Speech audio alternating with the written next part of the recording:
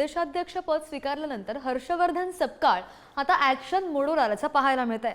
उद्यापासून 2 दिवस मुंबईमध्ये या बैठकांचं सत्र सुरू असणार आहे आणि मुंबईमधील काँग्रेस मुख्यालय असलेल्या टिळक भवनामध्ये ही बैठक पार पडणार आहे। हर्षवर्धन सपकाळ संघटनात्मक बाबींचा आढावा घेणार आहेत आणि 24 फेब्रुवारीला जिल्हाध्यक्षांची तर 25 फेब्रुवारीला प्रदेश पदाधिकाऱ्यांची बैठक सुद्धा बोलावण्यात आली आहे।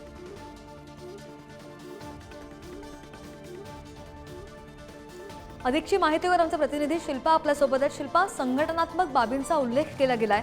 ही जी बैठक होतीये कोणते मुद्दे अजेंड्यावर असतील, कारण की ही बैठक बरीच महत्त्वाची मानली जाते आगामी निवडणुकांच्या अनुषंगाने। गौरी, आपण जर पाहिलं तर काँग्रेस प्रदेशाध्यक्ष पदाचा पदभार स्वीकारल्यानंतर हर्षवर्धन सपकाळ यांनी संघटना बांधणीला सर्वप्रथम प्राधान्य दिलेलं पाहायला मिळते आणि त्याच अनुषंगाने आढावा बैठकांचं आयोजन केलेलं आहे।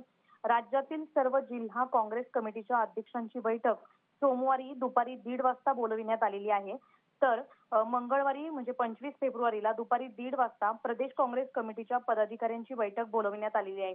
काँग्रेस प्रदेशाध्यक्ष पदाचा हर्षवर्धन सपकाळ यांनी पदभार स्वीकारल्यानंतर सर्वप्रथम त्यांनी हेच सांगितलं होतं की मोर्चे बांधणीला, संघटना बांधणीला सर्वप्रथम प्राधान्य दिलं जाईल। काँग्रेस हा पक्ष संपूर्ण राज्यामध्ये, महाराष्ट्रामध्ये सर्वप्रथम एक हाती सत्ता आणणारा पक्ष मी तयार करणार असल्याचं त्यांनी वक्तव्य केलं होतं। त्याच अनुषंगाने या बैठकांमध्ये वेगवेगळ्या प्रकारचा आढावा घेतला जाईल आणि जर कोणी तळागाळातील लेवलवर जर कोणी काम करत नसेल तर पुन्हा एकदा ह्या ज्या बैठका आहेत त्या बैठकांमधून आढावा घेऊन जी बैठकांमधील काही महत्त्वाचे मुद्दे आल्यानंतर संघटनात्मक बांधणी होईल आणि अनेक नवीन जे चेहरे आहेत त्या कार्यकर्त्यांना देखील यामध्ये संधी दिली जाईल असं देखील हर्षवर्धन सपकाळ यांनी म्हटलं होतं। दुसऱ्या बाजूला जर पाहायला गेलं तर अनेक वेळा त्यांच्याकडे तक्रारी देखील आता एवढ्यात आलेल्या आहेत। हो, आणि त्याच सगळ्या पार्श्वभूमीवर उद्याच्या बैठकीला महत्त्व आहे। या बैठकीचे अपडेट घेत राहू। शिल्पा, धन्यवाद दिलेल्या माहितीसाठी।